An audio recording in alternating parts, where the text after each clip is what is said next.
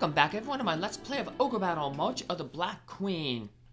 It's time to head to the Sky Islands. The first one we're going to go to is Organa.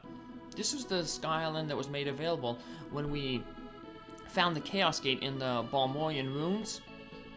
The other Sky Island, Muspelm, we discovered that when we found the Chaos Gate in the Kastro Valley. Both of the enemies on these two islands are roughly the same in terms of level, so it doesn't matter which one you go to first. This island is probably a little bit harder because it's more spread out. When we get to Muspelm, you'll see that that island is really small, but otherwise, you know, you can just go to whatever one you want to first. I waited to go to this one, even though I could have before the Valley of Kastro, because the Valley of Kastro has weaker enemies, so it basically will allow me to level up my characters. And if I would have leveled up my characters on this island, then went back to the Valley of Kastro, you know, I could lose charisma and alignment because I'd be stronger than the enemies there. So, but let's start spreading out our characters here, start liberating some cities. And what do we got here? Let's pull our card. Priestess card. Not as good as back at the beginning, but hey, free healing during battle, always good. 50 hit points to everybody. Those scum for the Empire have put a charm on Fenrir. We could never bring ourselves to fight her. We can only follow her orders. Please save Organa and Fenrir. Fenrir is one of the 3 High Knights. So we'll also find another one of the High Knights on Muspelm. And then the last High Knight, we won't meet him until much later, so. This is the only female High Knight, and we'll learn a little bit about her when we, as we liberate cities around here.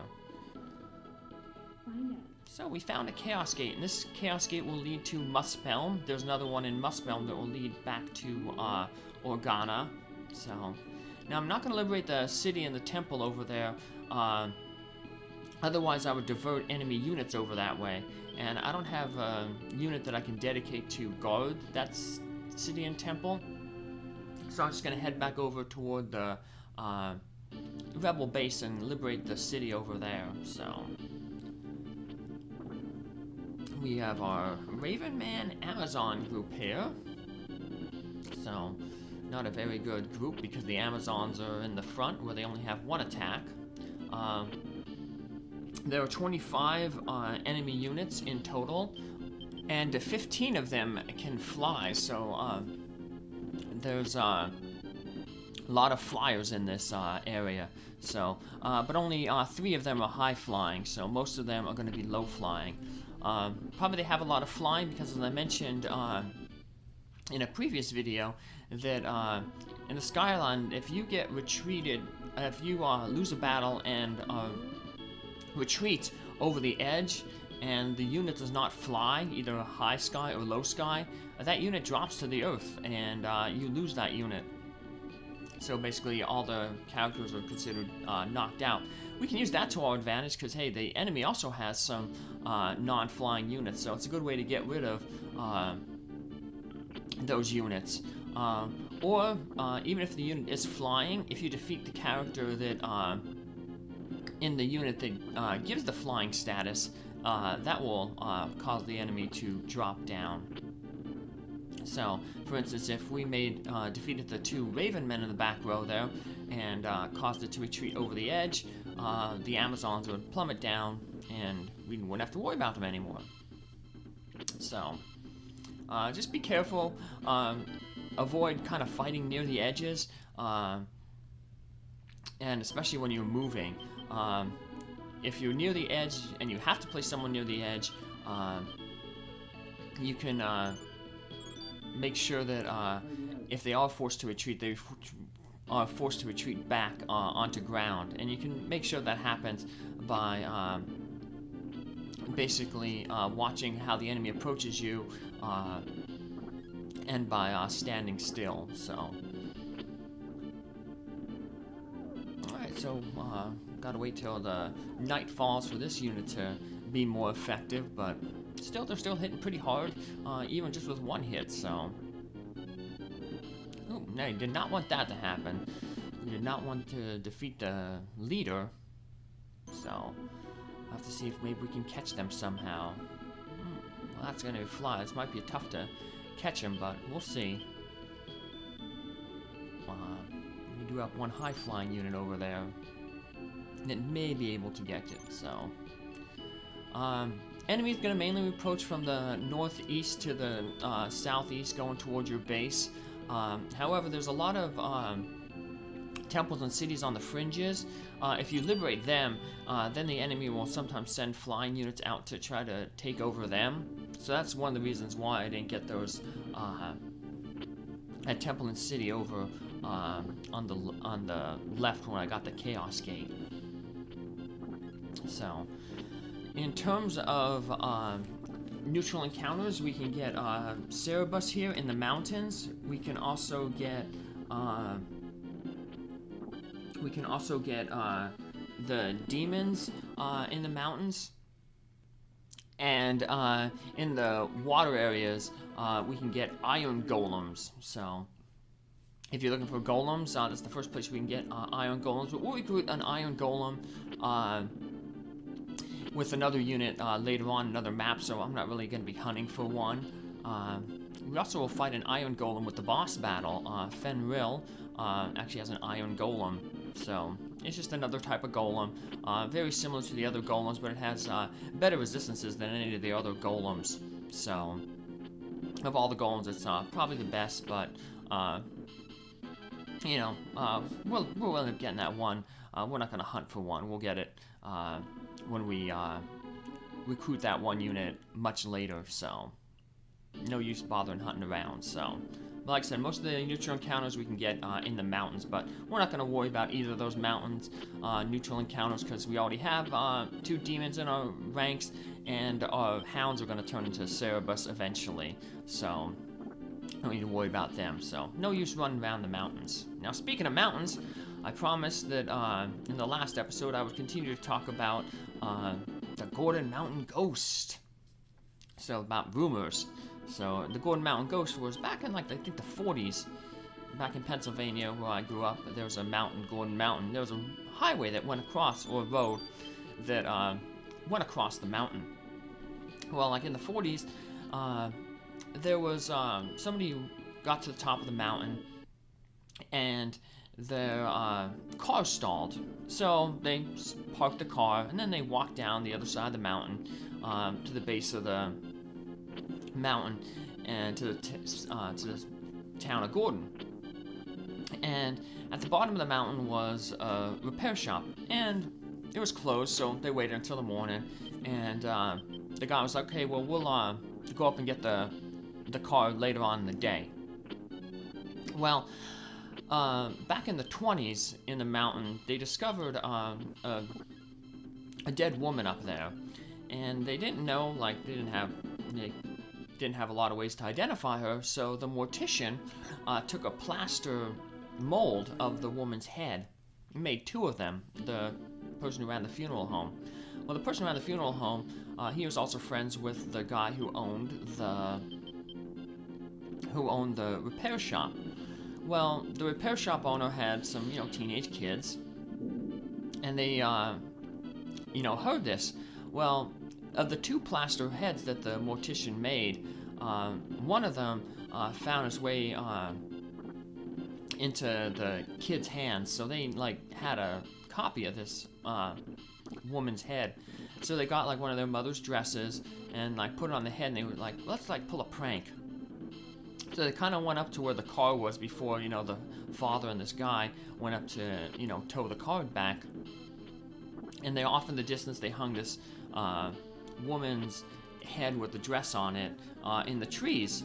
And so when the people went up to get the car, the father and the owner of the car went to get it, someone was off on the side, one of the kids was off on the side with the bush, swinging the makeshift ghost in the trees. And so when they saw it, they kind of got scared. the father and stuff. And of course they told people, they're like, oh, I think I saw a ghost. And so the kids, of course, kind of ran with it, you know. They'd sometimes hide up in the woods with this, like, fake ghost. And if people went up to see what was going on, they actually kind of arranged, like, little mini ghost tours. They're like, hey, let's go up and see if maybe this woman's ghost up there is, you know, still haunting the place. You know, so they'd lead a bunch of people up to the mountain, like, on a little hike. And then, you know, they'd know where they would take it. So it was all like an inside prank or whatever.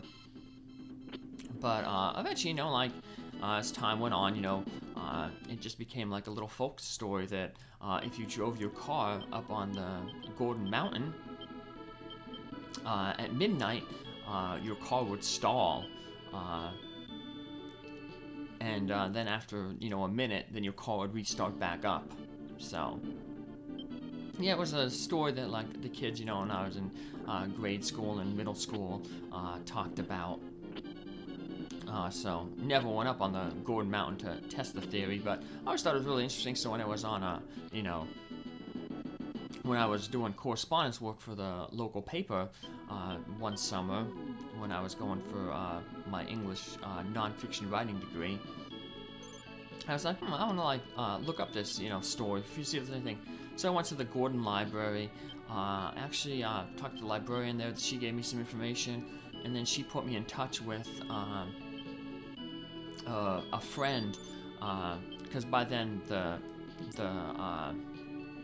kids who ran the prank, they had all passed away, but they had, like, some friends, acquaintances who knew about it, and I talked with one woman who knew one of the kids who was in on the prank. So I got some information. So yeah, I got to you know, dispel the rumors about the mountain being haunted, and learned where that you know, rumor came from. So yeah, the dead woman and where the ghost came from. The ghost was from the dead woman they found, who they never identified, and the whole idea that she stalled your car came from the fact that the person's car one day stalled up there, and it wasn't until after he appeared in the you know, the town, and that he appeared, that the ghost was brought back to life, you know, through the woman's head and the dress. But so yeah, pretty interesting stuff there. So how it just goes back, you know, with the rumors, how sometimes you know, a little hint of fact can grow and spread into something different. So we got a world card here. That's a good card. The High Knight who rules Organa is called Fenrir. She is very beautiful, but there is something sad about her face. As a matter of fact, I don't think I've ever seen her smile. Well, we'll learn why she is so sad later on. So this island is kind of known as a floating prison, and we'll learn why it's given that title, and it ties in with Fenrir and why she's always sad. So yep, see, things tie in with one another, little things, and then people try to explain those little bits of truth that they hear, and sometimes in explaining them they come up with weird explanations and that are really far from the truth, but they can still make good stories, you know, like the Gordon Mountain ghost there, or back in the Valley of Kastro, the Ronnie, the beautiful paladin, was fleeing from the Empire, and somehow she became a assassin because she was really talented at, you know, at fighting, to becoming a giant scorpion. So yeah, pretty crazy how people in their desire to explain things will sometimes come up with weird explanations. Unfortunately, this unit managed to reach back to town and get some new knights in its ranks. But this would be a perfect opportunity if we could finish off that griffin in the back row, because all the other characters, the knights, they are all land-based units, so defeating them, if you defeat the griffin, they would lose their high-flying status, and this city that they're hanging out in is right next to the edge. So that would be a way to push them off the edge and just defeat the unit. But we can't really target, seems like we can't really target that Griffin. The best command wasn't working, and the Griffin doesn't have the lowest hit points or the highest hit points, so best, strong, and weak ain't gonna work. And it definitely isn't the leader, so now it's the strongest, so we'll be able to hit it with the Valkyrie's bolt attack. Depending on how much damage we can do. I don't think we'll be able to make it the weakest. Nope. Still the strongest though, so the Valkyrie will hit it again with her bolt attack, and now our Raven Man will also target it. As long as we stay on strong. Yep, we stay on the strong, so yeah, we finally won. Nice. Push it back a little bit. If we didn't push it back, then it would just get a new knight again. And that's not what we wanted to do, obviously. We don't have to keep fighting a new knight all the time, and that new knight would also make it harder for us to hit the Griffin. So let's see here, maybe we can finish off this unit without finishing off all the characters. We can show off the knight dropping. So let's see here. Although this one's pretty weak, yeah, we'll finish it off regularly. But we have plenty of, like I said, we have plenty of units to show that off on later on. You know, the whole pushing them over the edge. So, all right. Well, it's almost nighttime. Nope, still not in the were-tiger, werewolf forms yet. Very close though, but this is a bad unit to, it would be nice if we would have had him changed though. Because with that cleric and her 3 heals, pretty much all the damage that we're going to do is it's going to heal back up. We could hope that our Beastman there goes first and hits that Wild Man. Yep, there we go. Woohoo! So, I just mean these two are healed up a little bit stronger, but we have less targets to deal with, and that unit's pretty much a guaranteed win, because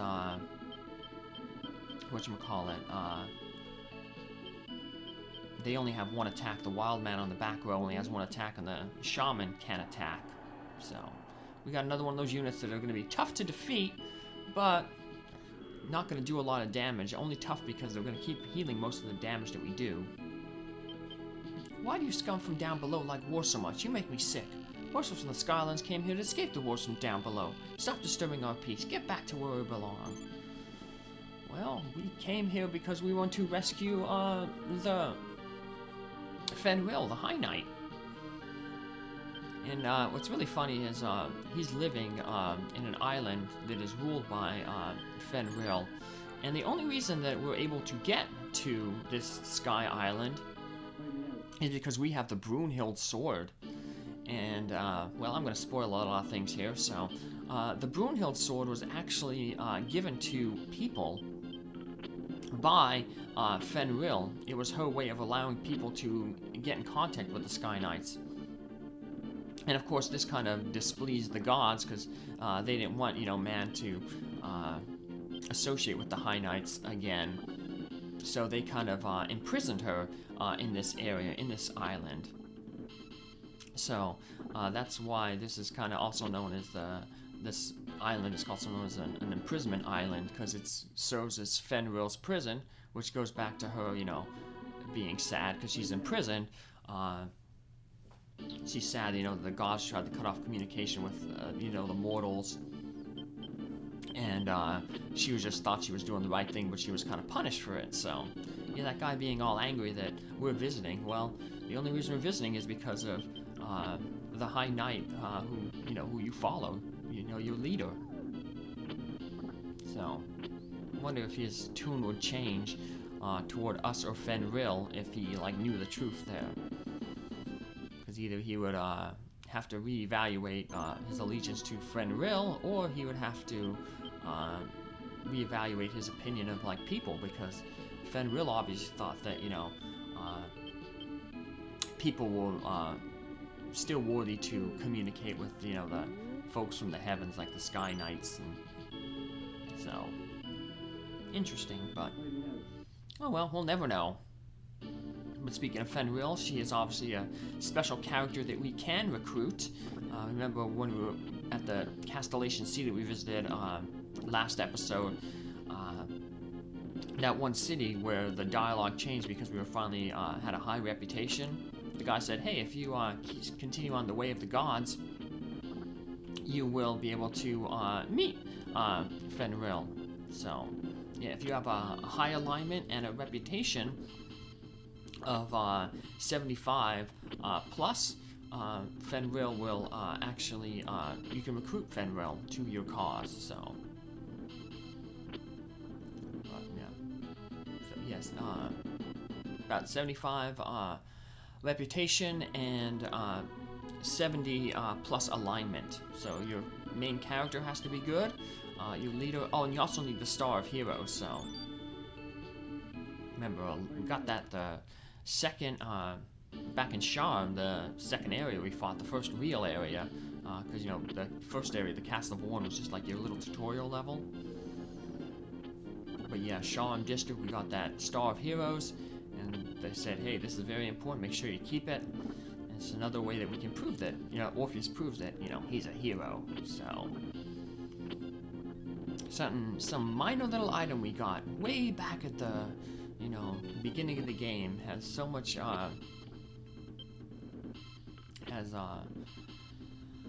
so much worth in the late game here, because it's required to get so many special characters.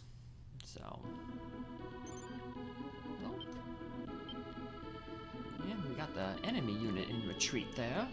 We're pushing forward a little bit here. Good, we got to this one right before they reached this city and healed up. This is a unit we don't really want to be fighting with this unit, because most of our characters, with the exception of the Valkyrie, are low alignment types. And angels have white magic attacks. They have their Banish from the back row and Halo from the front row. Both are white magic and could deal some pretty decent damage to our characters, because being evil, they have lower resistance to, and in their classes, of course, they have lower resistances to white. It's more the class that determines your resistances, not your necessarily alignment. Alignment just determines how well you fight, whether you fight better at day or during the night. So, for instance, you can have a ninja that has really high alignment, but he still have the resistances that a regular ninja has, because it's based on their class. But you would just have an interesting ninja who, a ninja who fought well during the day, as opposed to most ninjas fighting better at night, because in order to advance in their class, they tend to have a low alignment. We had another one of those fights where we had an enemy unit down to 1 hit point, and that could have turned the tide of battle. I don't know how bad we lost that battle by, but we had to waste 2 attacks to take off that final last hit point. So those 2 attacks could have technically been used against either the Valkyrie or the other Cerebus. Maybe we could have squeaked out a win. Squeaking like a rat. Pop's right here. He's on my lap again. Of course, he's not squeaking because he's getting petted. He squeaked earlier though when I gave him a treat, and he thought I was gonna steal it. Instantly thought I was gonna take his treat, even though I just gave it to him. So, Pops is, he's a weird little rat. He's my most, fidgety rat of all. So, well, let's put that Priestess card to use. Heal up our Golem, who's in danger of being knocked out. You don't want that to happen. So, and of course, we ended up, not necessarily maybe having to worry about that, because one, the Cerberus used the charm instead of an attack, and before the Cerberus went, our shaman went and did some healing. So, but okay, better safe than sorry. We have a whole bunch of tarot cards. We'd end up having to throw one of them out anyway, so might as well use one. We have one of our units heading up to liberate that one city up there, so we're getting a new tarot card anyway. So,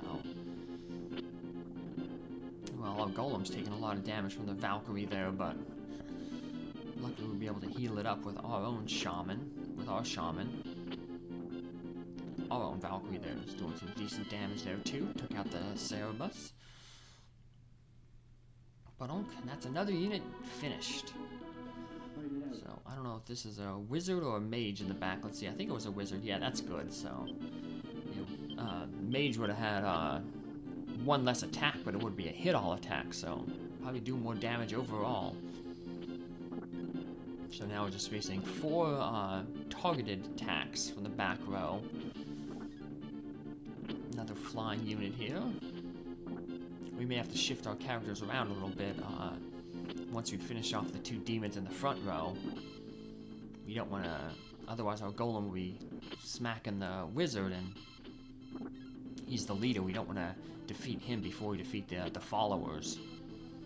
Otherwise the followers are all low flying, and they'd be able to fly away and potentially get back to the enemy base and recoup their leader. Oh. Retreat it back into one of our units here. So, unfortunately, this unit, even though we have 2 flyers in it, the demon and the raven man, this unit is actually we have 3 flyers because the fairy, the nymph there, is also a flyer. But they're all they are all flyers that are smaller flyers, and they can't carry the big heavy hound, so that's why even though we have 3/4 of the units are flyers, or 3/4 of the characters in that unit are flyers, it's a mountain unit because the hound is a mountain terrain and is the biggest unit. So now if we had a wyvern or a worm, they're large enough to carry a hound, and they could give it the sky movement, but this unit does not have a healer, and I'm a little worried about the nymph there in the back.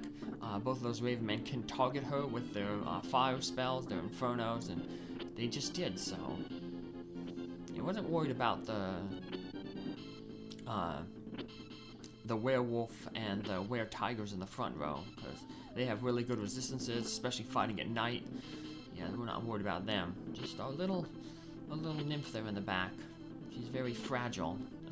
Like I said, doesn't have high hit point growth. Basically only has high agility growth and decent intelligence growth. So she'll be an undead killer when she promotes to a sylph and has that hit-all white magic missile attack. But until then, she's mainly a liability.